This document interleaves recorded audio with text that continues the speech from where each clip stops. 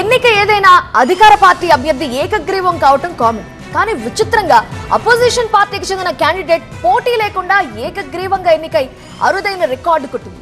కానీ సాయంత్రం అయ్యేసరికల్లా ఆ పార్టీకి ఆనందం కాస్త ఆవిరైంది. చెయ్యొచ్చి గెలిపించిన పార్టీకి చెయ్యిచ్చి చెయ్యగుర్తు పార్టీకి జేకొట్టిన కౌన్సిలర్ అమ్మ ఖతర్నాక్ ఫిరాయింపు కథ ఇది.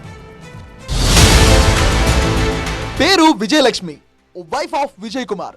గులాబీ పార్టీ నుంచి బీఫామ్ తీసుకుంటూ ఈ ఫోటోకి పోజ్.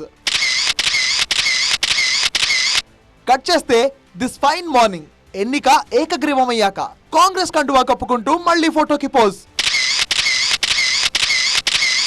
మున్సిపాలిటీ ఎన్నికల చిత్రాల్లోకెల్లా ఇది ఒక విచిత్రం. వికారాబాద్ జిల్లాలో వికారం పుట్టించే ఒక ఫిరాయింపు కథ ఇది. నామినేషన్ ఉపసంహరణ రోజు వికారాబాద్ మున్సిపల్ కార్యాలయం దగ్గర హై డ్రామా నడిచింది. 15 వార్డుల్లో ఊహించని మలుపు ఏంటో తెలుసా? కాంగ్రెస్ పార్టీ అభ్యర్థి శేషగిరి నామినేషన్ ను వెనక్కి తీసుకోవడం, బీఆర్ఎస్ అభ్యర్థి విజయలక్ష్మి విజయ్ కుమార్ ఏకగ్రీవంగా ఎన్నికవడం.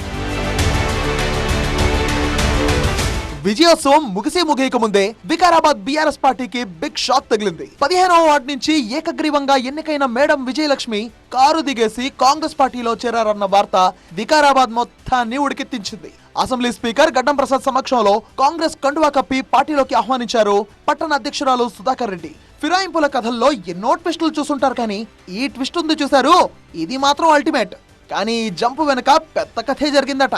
విజయలక్ష్మిని మున్సిపల్ చైర్మన్ అభ్యర్థిగా ప్రమోట్ చేస్తూ బీఆర్ఎస్ ప్రచారం చేసుకోవడంతో కాంగ్రెస్ లీడర్లు అట్నుంచి నరుక్కొచ్చారట. ఆమె పోటీ చేస్తున్న 15 వార్డుల్లో కాంగ్రెస్ అభ్యర్థి నామినేషన్ ను ఉపసంహరింపజేసి విజయలక్ష్మిని యునానిమస్ గా గెలిపించి ఆనక తమ పార్టీలో చేర్చుకోవడం. గీసిన స్కెచ్ గీసినట్టు మొత్తం యాజ్ ఇట్ ఈజ్ అమలైనట్టుంది. కానీ విజయలక్ష్మిని చైర్మన్ అభ్యర్థిగా ప్రతిపాదించనే లేదంటోంది బీఆర్ఎస్ పార్టీ తరఫున మేము చైర్పర్సన్ క్యాండిడేట్ ని అనౌన్స్ చేయలేదు. అది స్పష్టంగా చెప్తున్నాం. ఎందుకంటే మేము ఎప్పుడు కూడా డిసైడ్ చేయలేదు. పార్టీలో చాలా మంది ఆస్పిరెంట్స్ ఉన్నారు. ఈడ మాలంపల్లిలోనే 2 ఆస్పిరెంట్స్ ఉన్నారు. వాళ్ళు 2 13వ వార్డు కావచ్చు, 14వ వార్డు కావచ్చు, ఎస్సీ మహిళలే 2 అభ్యర్థులు ఉన్నారు. అదే విధంగా మిగతా దగ్గర కూడా మిగతా చోట్లలో కూడా ఉన్నారు. కాబట్టి మాకు చాలా మంది క్యాండిడేట్స్ ఉన్నారు. వికారాబాద్ మున్సిపల్ కార్పొరేషన్ లో వార్డులు ఏకగ్రీవం కావడం కొత్త కాదు.